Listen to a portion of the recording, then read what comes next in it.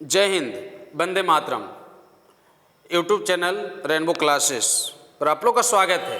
और प्रश्न है बहुत ही बेहतर और परीक्षा के लिए बेहतर है। और इस बेहतर प्रश्न के आंसर में सबको जुड़ना आवश्यक है। प्रश्न जानते हैं क्या है? जुगमज यानी जुगमज निर्माण के बाद होने वाली घटनाएं अच्छा से जानते होंगे। तो यहाँ पर लिखता है कि जो जैविक क्रिया है उस पर आप लोग को फोकस करनी है। आइए बात करते हैं। जैविक जनन की सबसे महत्वपूर्ण अवस्था जुगमज से नए जीव के विकास की संपूर्ण यात्रा शुरू होती है। यानी जुग्मक बनेगा ना, तो जुग्मक बनने के बाद ही विकास की सारा क्रिया होती है। तो प्रश्न है कि निर्माण के बाद होने वाली घटनाएं, तो जुग्मक निर्माण के बाद होने वाली जो घटना है ना, इस तरह की घटनाएं होंगी। यानी ये है ओवेल मादा का और यह है स्पर्म नर का। तो दोनों को बनने के बाद दोनों के बीच क्या होगा? ये होगा। और इसके बाद आफ्टर क्या समझते हैं? आफ्टर होगा फर्टिलाइजेशन। बहुत आसानी से याद कर लीजिएगा 2 नंबर का प्रश्न का आंसर। यानी जुग्मज बनने के बाद होने वाली जो क्रिया है, जो घटना है, वह है निषेचन की घटना। और निषेचन के बाद आगे आइए बताते हैं क्या चीज़। यहाँ देखिए गैमेट, फिर देखिए क्या बना जाइगोट, नया थोड़ी है। उसके बाद देखिए क्या बना एम्ब्रियो, और अंत में देखिए क्या बना फीटस बना ना। तो यहाँ पर आप लोग को पता चला कि यह है जुग्मक बनने के बाद की क्रिया। यानी तो जुग्मक बनने के बाद की क्रिया है और फीटस के बाद आगे आपके घर में नया सा बेबी का जन्म हो जाएगा। तो आपको याद हो गया जुग्मक बनने के बाद कौन सी क्रिया होती है? जुग्मक बनने के बाद निषेचन की क्रिया से भ्रूण, गर्भ और अंत में शिशु का जन्म होता है। आगे बात करते हैं नेक्स्ट प्रश्न का। तो आगे आइए, जुग्मज निर्माण की मूल अवधारणा। अच्छी बात है, प्रश्न है आपका जुग्मज निर्माण की मूल अवधारणा क्या हो सकती है? आगे आइए बात करते हैं। देखिए यहाँ पर आप स्क्रीन पर भी देख सकते हैं। यहाँ पर स्क्रीन पर भी सब चीज़ स्ट्रक्चर में हम आपको उल्लेख किए हैं। और स्ट्रक्चर में जो उल्लेख किए हैं ना, वो समझने के लिए उल्लेख किए हैं। समझ में आ रही है ना बातें? सारे विद्यार्थीगण को एकजुट होकर के, कंसंट्रेट होकर के पढ़ना चाहिए और परीक्षा में अच्छे अंक लाने के लिए रणनीति बनानी चाहिए। और रणनीति कैसी? ऐसे पढ़ने की, ठीक ना। तो जुग्मज निर्माण की मूल अवधारणा क्या है? तो देखिएगा जुग्मज सबसे पहले क्या है? नर और मादा जुग्मकों के संलयन से बनने वाली कोशिका जो नए जीव का आधार बनती है नहीं, आधार बनती है, और वही क्या कहलाता है? जुग्मज कहलाता है। इसे जुग्मनज भी आप कह सकते हैं। तो नर गैमेट और मादा गैमेट के संलयन के बाद तैयार होने वाला जो कारक है उसी का नाम जुग्मनज है। और महत्वपूर्ण विशेषता इसका क्या है? यह जनन की सबसे महत्वपूर्ण अवस्था है जहां से जीव का संपूर्ण विकास शुरू होता है। देखिए इसकी विशेषता पूछ देगा तो विशेषता भी सामने है, इसका क्या है परिभाषा भी सामने है। तो यह जनन की सबसे महत्वपूर्ण अवस्था है। यदि यह नहीं होगा तो जनन की क्रिया नहीं संभव है। यदि जनन की क्रिया संभव करवाना चाहते हैं तो जुग्मज का होना जरूरी माना जाता है। और आगे आप समझिए, तो और भी अब आवश्यक प्रश्न होता है महोदय, इसलिए कि जुग्मज के बाद होने वाली प्रमुख घटनाएं, जुग्मज के बाद होने वाली प्रमुख घटनाएं क्या है? क्या क्या होगा भाई? क्या होगा? फर्टिलाइजेशन से, यानी मेल गैमेट और फीमेल गैमेट के मिलने से क्या होगा? आइए सबसे पहले आपको क्लीवेज की बात करते हैं। और जानते हैं क्लीवेज भी प्रश्न बन जाता है कि क्लीवेज क्रिया से क्या समझते हैं। तो आपको यानी ऑफलाइन में ही बताया हूँ, ऑनलाइन में भी देख सकते हैं। जुग्मज बार बार माइटोटिक विभाजन करता है। कोशिकाओं की संख्या बढ़ती है लेकिन कुल आकार समान रहता है। लो, कोशिका की संख्या बढ़ते जा रहा है, आकार सेम रहता है। यानी निषेचन क्रिया के बाद होने वाली अर्धसूत्री विभाजन से जो कोशिका का विकास होता है, तो विकास का होना ही विभाजन कहलाता है, क्लीवेज कहलाता है। और इस विभाजन से 16 कोश की अवस्था बनती है जो मोरुल्ला कहलाता है ना। और उसके बीच में एक क्षेत्र होती है जो जल से भर जाता है, वह ब्लास्टोसिस्ट कहलाता है। आई बात समझ में? यस।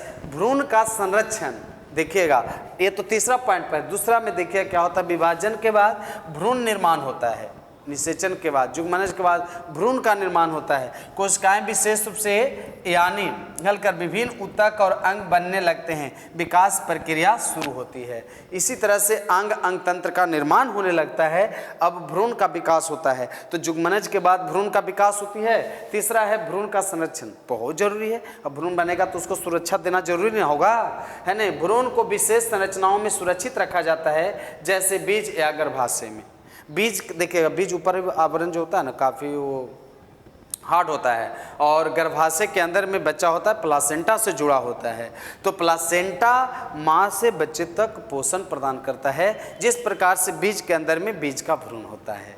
तो बीज से क्या मिलती है, भ्रूण को सुरक्षा मिलती है, और उसी तरह से गर्भाशय में बच्चे का पोषण मिलता है। नए जीव का निर्माण कैसे होता है, भ्रूण विकास पूर्ण होने पर संतान जन्म लेती है, या बीज अंकुरित होकर नया पौधा बनता है। ये सारी घटनाएं हैं, क्या चीज़ की घटना है, जो युग्मनज बनने के बाद की घटना है। यदि मनुष्य की बात करेंगे तो उसमें संतान बनेंगे, और पौधों की बात करेंगे तो उसमें बीज बनेंगे। हो तो गया, कहाँ कोई दिक्कत है आप लोग को पढ़ाई में, बहुत आसानी से हो जा रहा है।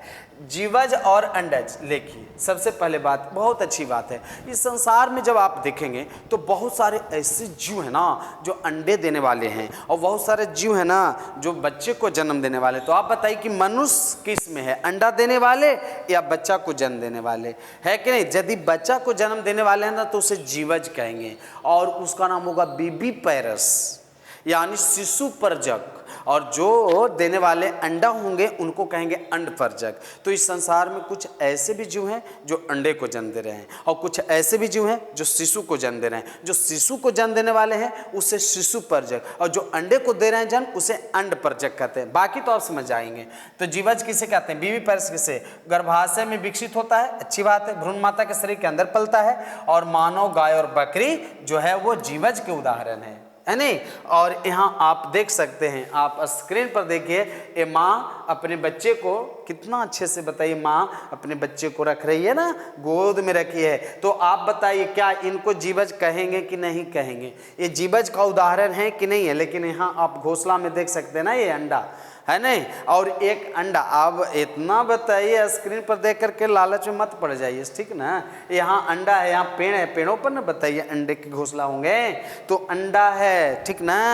अंडा, तो अंडा देने वाले युग्मज अंडे में विकसित होता है, भ्रूण अंडे के अंदर स्वतंत्र रूप से पलता है। पक्षी, सरीसृप, सरीसृप जानते हैं, रेंग कर चलने वाले जीव, और मछली जो रहती है कहाँ, तालाब में। ये सब अंडे देने वाले प्राणी का उदाहरण है। समझ में आया ना बात, तो इसे अंडज कहना, ठीक।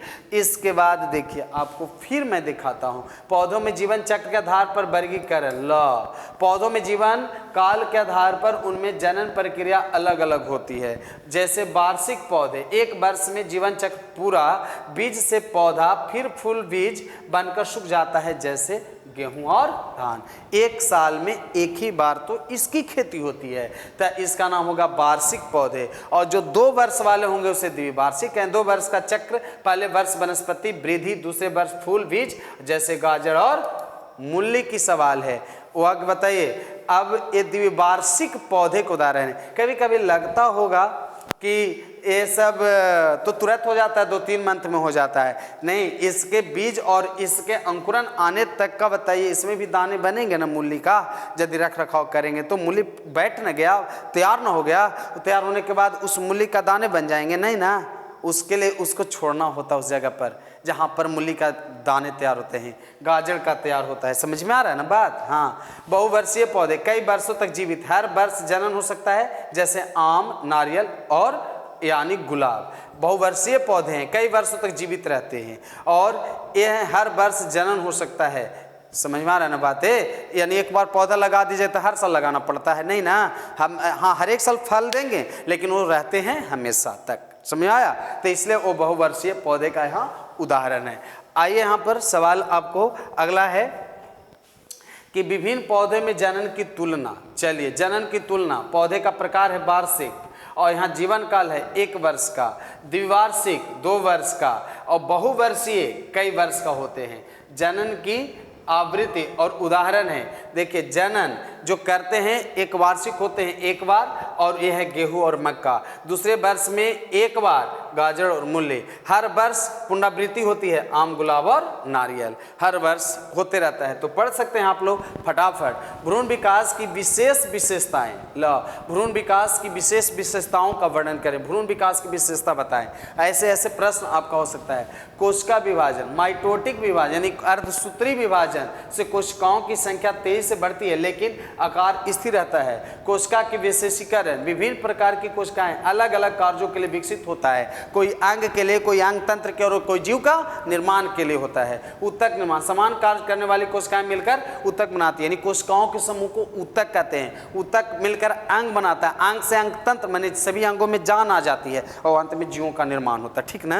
विभिन्न ऊतक मिलकर जटिल अंग प्रणाली का निर्माण करते हैं, इसी तरह से अंग तंत्र बनता है। और आप यहाँ देख सकते हैं किस तरह से इसमें विकास की क्रिया हो रही है, डायग्राम में आप देख सकते हैं विकास की क्रिया कैसे कैसे हो रहा है ना, बात समझ में। यहाँ पर देखिएगा मुख्य निष्कर्ष की बात करते हैं कि कैसे इसका होता है विकास की प्रक्रिया का मुख्य यहाँ पर बातें हैं। विभाजन, भ्रूण निर्माण, अंतः नए जीव का निर्माण एक निरंतर प्रक्रिया है, ये सदैव होते रहता है। ये प्रक्रिया में यानी हमेशा ये प्रक्रिया चलते रहता है। उसके बाद पौधों में विविधता क्या है, पौधों का जनन उनके जीवन काल पर निर्भर करता है। वार्षिक, द्विवार्षिक और बहुवर्षीय पौधे होते हैं। जुग्मज का महत्व है, जुग्मन निषेचन के बाद विकास की मूलभूत इकाई है जो नए जीव का आधार बनती है। इस प्रकार से जैव विज्ञान के युग्मक से नए जीव का विकास प्रक्रिया सबसे अद्भुत प्रक्रिया है। इस प्रकार से इसका निष्कर्ष निकलता है कि जीवों के विकास में युग्मनज का होना बहुत जरूरी है। और ये प्रजनन चैप्टर से आप लोग का यह टॉपिक बना हुआ है और प्रजनन से आपको रिलेटेड यदि ऑब्जेक्टिव आ जाए, सब्जेक्टिव आ जाए, 2 नंबर 5 नंबर में आ जाए तो आप कभी छोड़ना मत। सारे बातें यहाँ पर उल्लेख कर दी गई है, आप वीडियो को अच्छे से देख करके और अच्छे से उसका स्मरण करना है और टॉपिक तैयार करना है। फिर मिलेंगे नए वीडियो के साथ। ढेर सारी बधाई, शुभकामनाएं। जय हिंद।